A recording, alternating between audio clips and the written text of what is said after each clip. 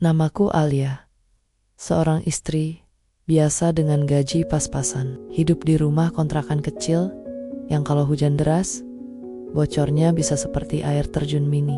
Tapi meskipun sederhana, aku bersyukur setidaknya kami punya tempat untuk berteduh. Namun, syukurku seringkali luntur setiap kali berhadapan dengan mertuaku. Kalau Raffi dulu nurut sama ibu, pasti sekarang udah hidup enak. Tapi karena nikah sama kamu, lihatlah, hidupnya susah.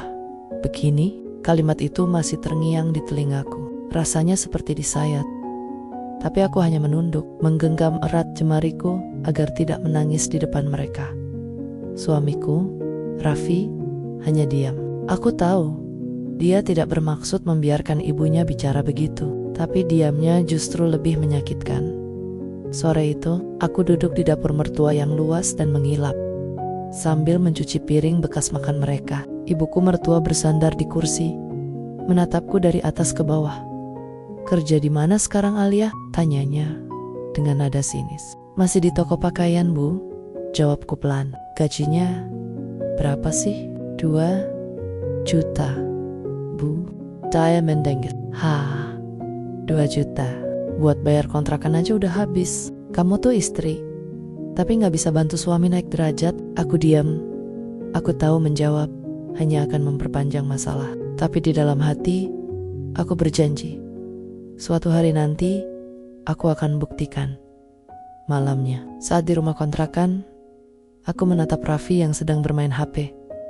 "Mas, aku kepikiran buat jualan online. Boleh gak?" tanyaku, hati-hati. Dia menatapku sebentar. "Enggak, kamu kan udah kerja. Lagian, jualan online itu gak segampang yang kamu kira. Tapi aku pengen coba, Mas. Siapa tahu bisa nambah penghasilan." Dia menghela napas panjang. "Ya udah, tapi jangan ganggu kerjaan utama kamu. Aku gak mau kamu stres." Terus malah ngeluh. Aku mengangguk. Tapi di dalam hati, aku tahu aku harus berubah. Beberapa hari kemudian, aku mulai mencari tahu cara jualan online lewat YouTube dan TikTok. Aku pinjam HP bekas adikku yang kameranya sudah retak, tapi masih bisa digunakan. Aku foto beberapa barang titipan teman, lalu mulai posting di marketplace. Hari pertama, tak ada satupun yang membeli. Hari kedua, masih sepi. Hari ketiga, aku malah dapat pembeli palsu yang pura-pura transfer. Aku hampir menyerah. Tapi setiap kali teringat hinaan mertuaku, aku kuat lagi sampai suatu malam, aku menangis di depan sajadah, berdoa lirih. "Ya Allah, aku gak minta kaya raya, aku cuman ingin dihargai. Tolong tunjukkan aku jalan." Dari malam itu, ada sesuatu yang berubah dalam hatiku. Aku tidak lagi bekerja untuk sekadar hidup aku, bekerja untuk membuktikan bahwa hinaan mereka tidak bisa menentukan siapa aku sebenarnya. Aku masih Alia yang sama, tapi kali ini aku berjanji aku tidak akan menyerah.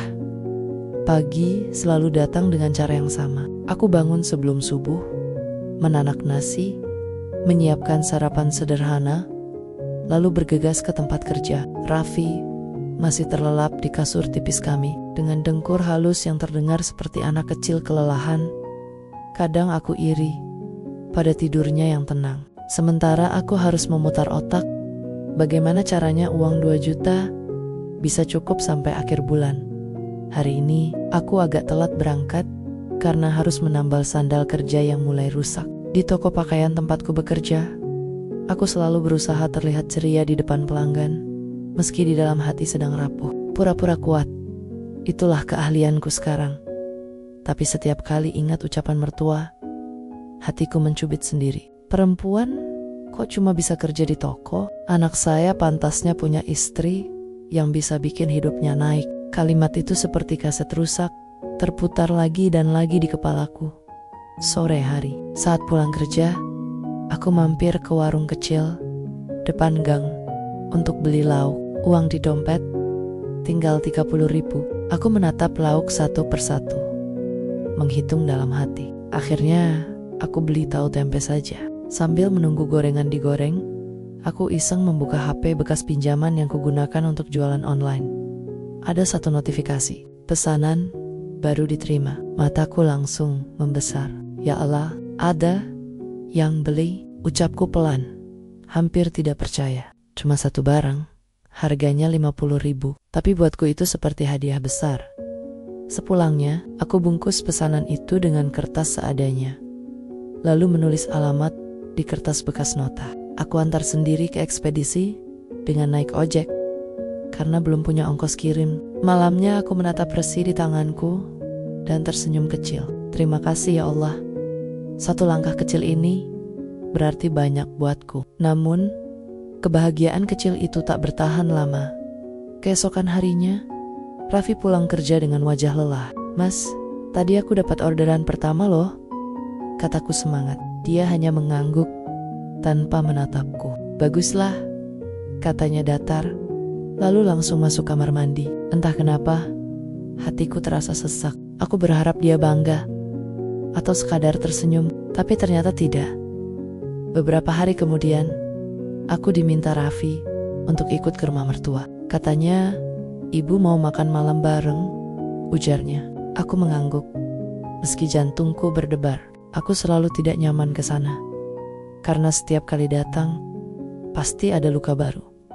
Benar saja, pikicu sampai ibunya langsung menatapku dari ujung kepala sampai kaki. Kamu tambah kurus ya Alia, kasihan banget. Kerja tapi gak kelihatan hasilnya. Aku menahan napas, berusaha tersenyum. Iya bu, memang lagi sibuk, jawabku lirih. Tapi, kamu jangan cuma sibuk kerja, lupa ngurus suami. Lihat Raffi tuh, mukanya pucat. Pasti kamu jarang masak ya. Aku tersenyum lagi, senyum yang dipaksakan agar air mata tak jatuh. Aku menatap Raffi berharap dia membelaku. Tapi lagi-lagi, dia diam. Makan malam itu terasa panjang sekali. Setiap suapan nasi terasa hambar. Aku menunduk terus, menatap piring, mendengarkan sindiran demi sindiran. Sampai akhirnya, aku ke kamar mandi. Pura-pura ingin cuci tangan. Padahal aku hanya ingin menangis sebentar. Aku berdiri di depan cermin, menatap wajahku yang lelah. Kenapa ya? Aku gak pernah cukup di mata mereka. Suaraku hampir tak terdengar. Tapi di saat itulah, aku tersenyum kecil di depan bayangan sendiri. Bukan karena bahagia, tapi karena aku sadar kalau aku terus bersedih, mereka menang. Senyum itu bukan tanda kuat, tapi tanda bahwa aku tidak akan kalah. Malam itu, sepulang dari rumah mertua, aku duduk di teras kontrakan. Angin dingin menyentuh wajahku, tapi aku tidak peduli. Aku membuka HP, mulai lagi mencari ide jualan baru. Aku tahu jalanku masih panjang, tapi setiap luka hari ini akan jadi bahan bakar untuk hari esok. Aku menulis di catatan kecil, jangan balas hinaan dengan kata, balaslah dengan hasil. Dan malam itu, di bawah cahaya lampu jalan yang temaram, aku tersenyum, meski hatiku masih luka. Pagi itu, aku menatap jam dinding yang berdetak pelan di ruang kontrakan kecilku. Sudah jam 7, tapi aku belum berangkat kerja. Aku izin ke bos kalau datang agak siang, karena harus mengantar paket jualanku ke ekspedisi. Ya, sekecil apa pun, aku ingin mulai menghargainya. Dengan plastik besar berisi 3 pesanan kecil, 2 jilbab, dan 1 tas. Kanvas aku melangkah keluar sambil menahan senyum. Bukan karena semuanya berjalan lancar, tapi karena untuk pertama kalinya dalam hidup, aku merasa punya arah sendiri. Di pergulanan, tukang ojek langgananku bertanya santai, "Banyak pesanan, Mbak?" Aku tertawa kecil. "Baru 3, Mas." Dia tersenyum, dikit-dikit, lama-lama jadi bukit. "Mbak, yang penting semangat." Ucapan sederhana itu menamparku lembut. Kadang motivasi datang dari orang yang tak kita duga. Setelah urusan kirim paket selesai, aku langsung ke tempat kerja. Sepanjang hari, tubuhku memang lelah, tapi entah kenapa hatiku ringan. Di sela waktu istirahat, aku buka HP, memantau pesanan. Mesis, tapi kali ini aku tak sedih. Aku tahu, setiap usaha butuh waktu. Malamnya, Raffi baru pulang kerja pukul 9. Wajahnya kusut, bajunya bau asap dan debu. Dia kerja sebagai teknisi di bengkel besar. Dan aku tahu, pekerjaannya tidak mudah. Aku menyiapkan teh hangat untuknya. "Mas, kataku pelan sambil duduk di sebelahnya. Aku tadi dapat 3 pesanan. Alhamdulillah, dia menatapku sekilas. Kemudian menyesap tehnya. Lumayan, katanya datar. Tapi jangan lupa, kadang jualan online itu banyak tipu-tipu. Hati-hati aja. Aku mengangguk, menahan kecewa. Kadang aku cuma ingin didengar, bukan diingatkan hal yang sudah ku tahu. Tapi aku paham Raffi, bukan tak peduli. Dia hanya lelah, dan aku tidak boleh menyerah hanya karena kurangnya dukungan. Hari-hari berikutnya, aku terus belajar. Setiap malam, setelah mencuci baju dan menyiapkan bekal untuk besok, aku menonton video tentang strategi jualan, cara foto produk yang menarik, sampai cara membalas chat pelanggan dengan sopan. Kadang sampai larut malam aku masih terjaga. Satu malam, Raffi bangun dan melihatku menatap layar HP. Kamu belum tidur? Belum, Mas. Lagi belajar cara promosi, jawabku. Dia menghela napas panjang. Kamu tuh jangan terlalu maksain diri. Nanti malah sakit. Aku tersenyum. Aku gak apa-apa, Mas. Aku cuma pengen bantu, Mas. Biar kita gak dibilang susah terus. Dia terdiam sejenak. Udahlah, biarin aja orang ngomong. Yang penting kita tetap bisa makan. Kalimat itu terdengar sederhana, tapi di hatiku seperti petir. Aku tidak ingin cuman bisa makan. Aku ingin hidup lebih layak, tanpa dihina. Beberapa minggu berlalu, hasilnya masih naik turun. Kadang ada pesanan, kadang sepi berhari-hari. Bahkan ada pelanggan yang marah karena barangnya terlambat, sampai padahal aku kirim tepat waktu. Satu kali, seorang pembeli menulis ulasan buruk di toko onlineku. Barang jelek, tidak sesuai foto. Padahal aku sudah kirim sesuai pesanan. Malam itu aku menangis, tapi di sela tangisku, aku ingat satu hal. Kalau aku berhenti sekarang, berarti semua lelahku sia-sia. Aku bangkit, memotret ulang semua produk, memperbaiki deskripsi, dan menulis kata-kata promosi yang lebih jujur. Aku belajar dari kesalahan, dan benar saja, setelah seminggu, orderan mulai meningkat. Bukan banyak, tapi cukup untuk membuatku bersemangat lagi. Aku bahkan mulai mencatat setiap pemasukan dan pengeluaran di buku kecil biru yang kubeli di warung. Di halaman pertama, aku menulis, dari sini aku akan membuktikan bahwa orang yang diremehkan pun bisa bersinar. Suatu sore, saat aku baru sampai di rumah, mertua datang tanpa kabar. Aku kaget, buru-buru membereskan dapur yang masih berantakan. EBU... Tumben datang, tanyaku sopan. Dia melihat sekeliling rumah kontrakan, menatap tembok yang mulai mengelupas. Raffi mana? Masih di bengkel, Bu. Dia duduk di kursi plastik yang agak goyah. Kamu kerja di toko aja udah capek, sekarang jualan pula. Emang kamu gak kasihan sama Raffi? Dia pasti pengen istri yang bisa istirahat, bukannya sibuk terus di HP. Aku terdiam. Dalam hati, aku ingin menjawab, justru aku lakukan ini demi Raffi. Tapi kutelan kata-kata itu. Aku hanya tersenyum kecil. Saya cuma ingin bantu, Bu. Dia menghela napas, berdiri, dan sebelum pergi, berkata pelan tapi tajam. Kadang orang yang gak tahu diri itu justru paling semangat cari alasan. Begitu pintu tertutup, air mataku jatuh. Tapi kali ini, tangisku berbeda. Bukan tangis putus asa, tapi tangis karena aku sadar setiap kata hinaan hanya menambah tekadku. Aku menatap HP-ku yang layarnya retak, membuka aplikasi jualanku, dan mengetik status baru. Selama masih bisa bekerja, aku akan terus berjuang. Malam itu aku menutup mata dengan hati yang lebih tenang. Mungkin dunia belum berpihak padaku hari ini, tapi aku tahu ini baru langkah pertama. Waktu itu bulan puasa. Aku masih ingat jelas bagaimana panasnya siang hari. Debu menempel di pipi, dan tubuh lelah berjalan kaki pulang dari toko. Karena ongkos ojek pun harus dihemat.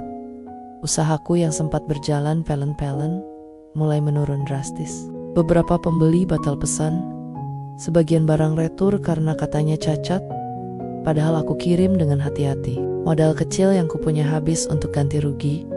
Di sisi lain, toko tempatku bekerja mulai sepi pelanggan. Bos menurunkan jam kerja pegawai, agar hemat biaya listrik. Dan itu berarti gajiku juga ikut turun. Setiap malam, aku menghitung uang di dompet. Kertasnya semakin menipis. Sementara harga kebutuhan terus naik, Mas. Kataku suatu malam sambil melipat baju di lantai. Uang kontrakan bulan ini belum cukup. Kita harus cari tambahan. Raffi diam. Sibuk menggulir layar ponselnya. Udah aku pikirin, katanya datar. Aku bisa lembur. Tapi kalau terus-terusan juga capek. Ya, aku menatapnya penuh iba. Aku bisa bantu, Mas. Aku cari kerja sampingan aja. Atau jualan makanan mungkin. Dia memotong cepat. Sudahlah ya, kamu tuh gak perlu maksa. Jualan kamu aja udah gak jelas hasilnya. Aku diam. Kata-katanya menamparku lebih keras dari apapun. Dia tak tahu betapa setiap pesanan yang datang ku bungkus dengan doa. Betapa aku ingin membantu, bukan menjadi beban. Aku hanya menunduk. Maaf, Mas, aku cuma mau bantu. Dia berdiri, meletakkan ponselnya di meja, dan masuk kamar tanpa menoleh. Malam itu aku menangis lagi. Tapi kali ini bukan karena sakit hati pada mertua, melainkan pada kenyataan bahwa orang yang paling ingin kudukung justru tak percaya padaku. Beberapa hari kemudian, aku harus kembali ke rumah mertua. Mereka mengundang makan malam. Katanya sekadar kumpul keluarga. Tapi aku tahu, pasti ada sindiran menunggu. Dan benar saja, begitu aku datang, mertuaku langsung menatapku tajam. Dengar-dengar, jualan kamu gak jalan ya? Tanyanya dengan nada penuh kemenangan. Aku mencoba tersenyum. Iya, Bu, memang lagi sepi. Ya iyalah, siapa juga yang mau beli barang dari orang yang gak punya pengalaman? Harusnya kamu sadar diri, Alia. Jangan maksain hal yang gak kamu bisa. Aku menarik napas pelan. Sakitnya bukan karena kata-katanya kasar, tapi karena Raffi hanya duduk di samping. Diam lagi. Mertuaku menatap Raffi dan berkata, "Nak, ibu cuma kasihan sama kamu. Capek-capek kerja, tapi gak ditunjang istri. Coba kamu dulu nikah sama anaknya, Bu Rini, yang kerja di bank itu. Pasti hidupmu udah enak." Aku menggigit bibirku kuat-kuat agar tak menangis di depan mereka. Raffi cuma menunduk. Tak ada pembelaan, tak ada kalimat "Ibu, cukup." Hanya diam yang membunuh perlahan. Sepulang dari sana, aku tak banyak bicara. Raffi juga tidak. Kami hanya saling diam di kamar sempit. Dua orang yang dulu saling mencintai, kini seperti dua orang asing yang kebetulan tinggal di atap yang sama. Beberapa hari berlalu, aku benar-benar kehabisan semangat. Setiap pagi terasa berat. Aku berhenti memotret barang, berhenti memeriksa pesan pembeli. Semua terasa sial-sial. Suatu malam, saat listrik padam dan rumah gelap, aku duduk di lantai. Hanya diterangi cahaya lilin kecil. Aku memandangi dinding kusam yang mulai retak. Ya Allah, bisikku lirih. Kenapa hidupku begini? Aku cuma ingin dihargai, bukan disanjung. Cuma ingin punya cukup, bukan berlebihan. Tapi kenapa selalu disalahkan?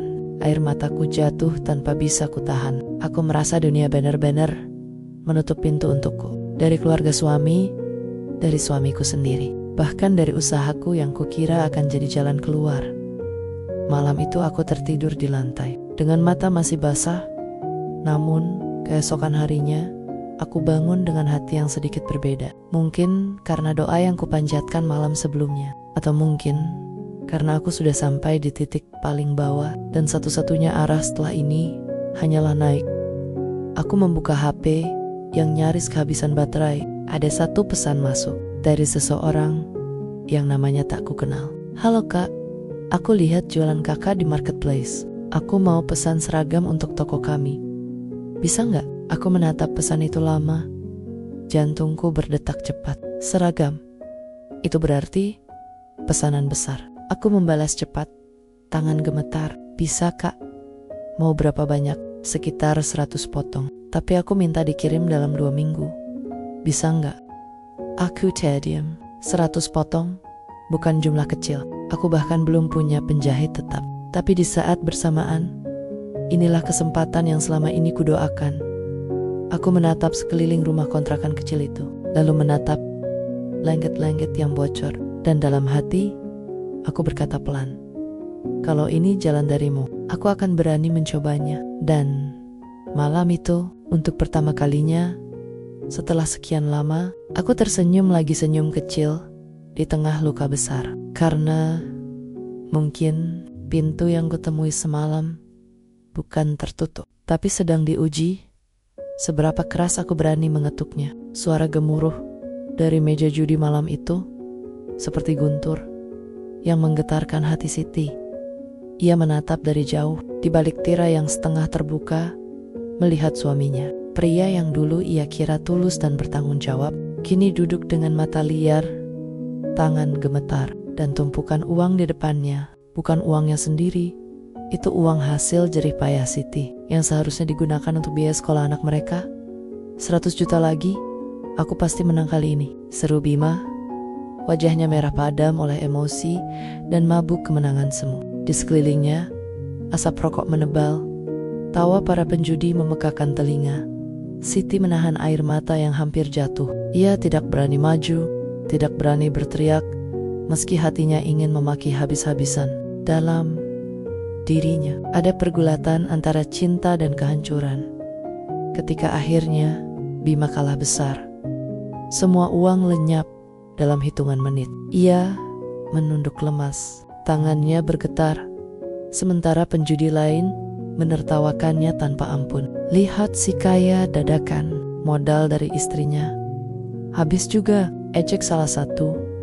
Siti melangkah pelan keluar dari balik tirai, napasnya tertahan. Sudah puas? Suaranya lirih, namun menusuk. Bima terperanjat, wajahnya seketika pucat. Siti, kamu di sini. Siti menatap tajam. Uang itu untuk sekolah anak kita, Bima, untuk masa depan, bukan untuk memuaskan egomu. Bima mencoba berbicara, namun lidahnya keluh.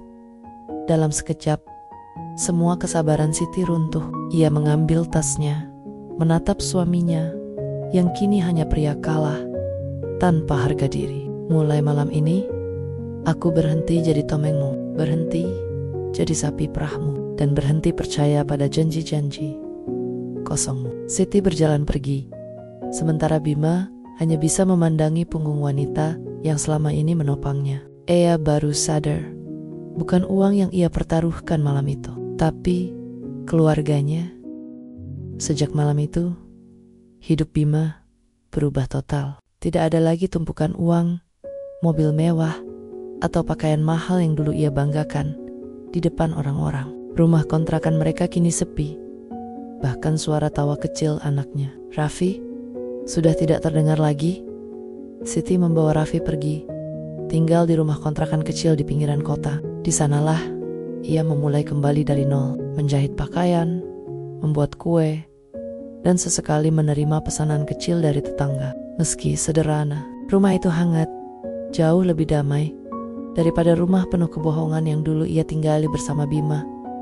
Sementara itu, Bima berkeliling mencari pinjaman. Rekan-rekannya di meja judi menghindar. Teman-teman bisnis yang dulu memujanya karena tampak kaya, kini berpaling seolah tak mengenalnya. Maaf Bim, aku lagi gak bisa bantu, ujar seorang mantan kawan sambil pura-pura sibuk dengan ponselnya. Bima tertunduk, harga dirinya remuk. Di cermin toko tempat ia berdiri, ia melihat pantulan wajahnya sendiri, kusut, lusuh, dan lelah. Wajah yang bahkan sulit ia kenali. Malam itu, ia memberanikan diri ke rumah Siti. Lampu masih menyala redup.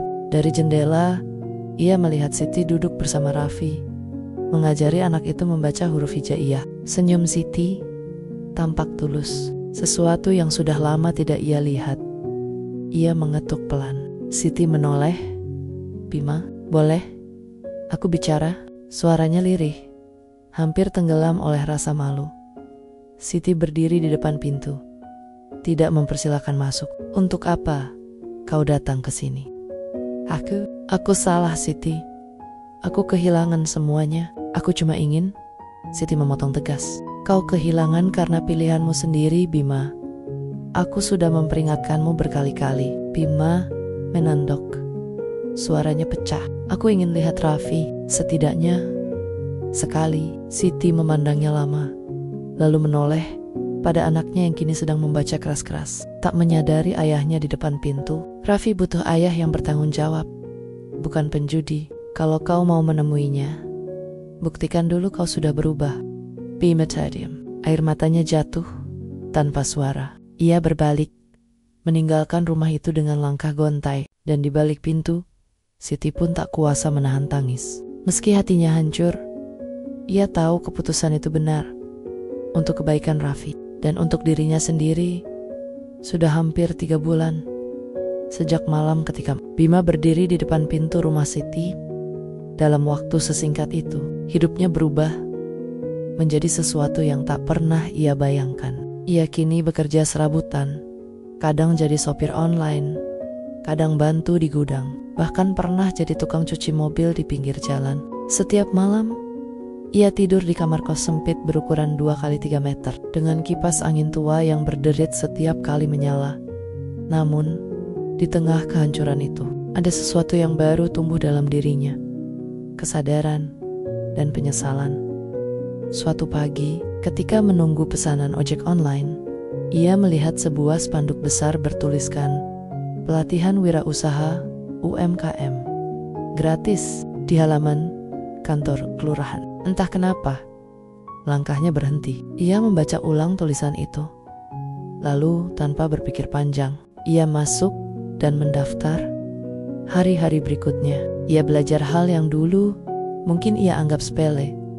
Cara mengatur uang, memasarkan produk, dan menjaga kepercayaan pelanggan. Ia mulai belajar membuat keripik singkong dari pelatihan itu, lalu menjualnya ke warung-warung kecil. Hasilnya tak banyak, tapi cukup untuk makan. Dan untuk pertama kalinya, ia merasakan rasa bangga yang nyata. Bukan dari mobil mewah, tapi dari keringatnya sendiri. Suatu sore, ketika sedang mengantarkan pesanan, ia melihat Siti di pasar. Wanita itu kini tampak lebih bahagia. Ia menjual pakaian hasil jahitannya dengan senyum yang tulus. Raffi berdiri di sampingnya, membantu membungkus pesanan pelanggan. Bima tak berani mendekat. Ia hanya berdiri di kejauhan, melihat pemandangan itu dengan mata berkaca. Tapi tiba-tiba, Raffi melihatnya. Bunda, itu ayah. Siti menoleh, dan untuk beberapa detik, waktu seolah berhenti. Bima menatapnya pelan. Aku cuma lewat. Senang lihat kalian baik-baik saja. Siti menatapnya lama, sebelum akhirnya berkata pelan, kau terlihat berbeda. Bima tersenyum getir. Mungkin baru sekarang aku benar-benar belajar jadi manusia. Hari berganti, usaha keripik Bima mulai berkembang. Ia berinovasi, menambah rasa balado, keju, dan pedas manis. Ia membuat merek sederhana, mencetak label sendiri, dan memasarkannya secara online. Tanpa sadar, pesanannya meningkat tajam. Dari 10 bungkus sehari, menjadi 500 bungkus per minggu. Dari 1 karyawan, kini ia punya 3 orang yang membantunya. Bima bahkan tak menyangka ketika seorang pemilik toko oleh-oleh di kota besar menelponnya dan menawarkan kerjasama. Sejak saat itu, keripik rasa Nusantara buatan Bima mulai dikenal luas. Di sisi lain, kabar itu pun sampai ke telinga mertuanya, Pak Rahmat dan Bu Wati, yang dulu menghina Bima habis-habisan. Mereka kaget mendengar bahwa menantu yang dulu dianggap tidak berguna, kini bisa menghasilkan puluhan juta rupiah per bulan. Namun, yang lebih menggetarkan adalah ketika Siti datang menghampiri Bima di kios barunya. Wajahnya teduh, tapi matanya berkaca. Raffi bilang, dia kangen ayahnya. Bima terdiam. Ia hanya menatap Siti dengan perasaan campur aduk. Apakah aku sudah cukup layak untuk menemuinya lagi? Siti menatapnya lembut. Mungkin sudah waktunya, Bima. Tapi ingat, aku tidak mau kehilangan pria yang sudah berubah ini. Air mata Bima jatuh. Untuk pertama kalinya dalam hidupnya, ia menangis bukan karena kalah atau kehilangan, tapi karena ia akhirnya menang atas dirinya sendiri. 6 bulan berlalu sejak pertemuan itu. Usaha Bima kini tumbuh besar, bukan lagi sekadar kios kecil, melainkan pabrik rumahan dengan puluhan pegawai. Produknya sudah menembus minimarket dan toko aleh-aleh di beberapa kota besar. Di depan rumah, produksinya terpampang papan nama besar bertuliskan Rasa Nusantara oleh Bima dan Siti. Ya, Siti kini kembali menjadi bagian dari hidupnya, tapi bukan lagi sebagai istri yang hanya menunggu di rumah. Ia adalah rekan sejajar, bagian penting dari bisnis yang mereka bangun bersama. Siti bertanggung jawab pada bagian desain dan pemasaran, sementara Bima mengurus produksi dan manajemen. Pagi itu, sebuah mobil hitam berhenti di depan rumah mereka. Dari dalam, keluar sepasang orang tua, Pak Rahmat dan Bu Wati, mertua Bima. Bima yang baru saja memeriksa mesin penggorengan langsung terdiam. Jantungnya berdebar pelan. Siti keluar dari dapur, juga ikut membeku sesaat.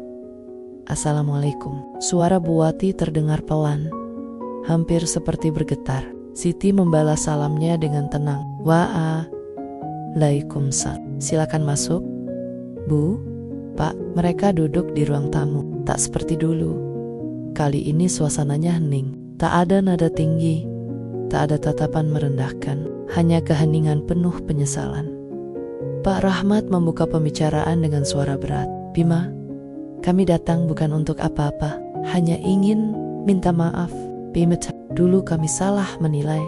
Kami kira kau cuma lelaki gagal, malas, dan tak punya masa depan. Tapi ternyata kaulah yang justru membuat anak kami bahagia. Air mata Bu Wati jatuh. Ia menunduk sambil menggenggam tangan Siti. Maafkan Ibu. Nah, Ibu terlalu sombong dulu. Ibu malu, benar-benar malu. Siti menatap ibunya dengan lembut, lalu berkata pelan, tak apa, Bu.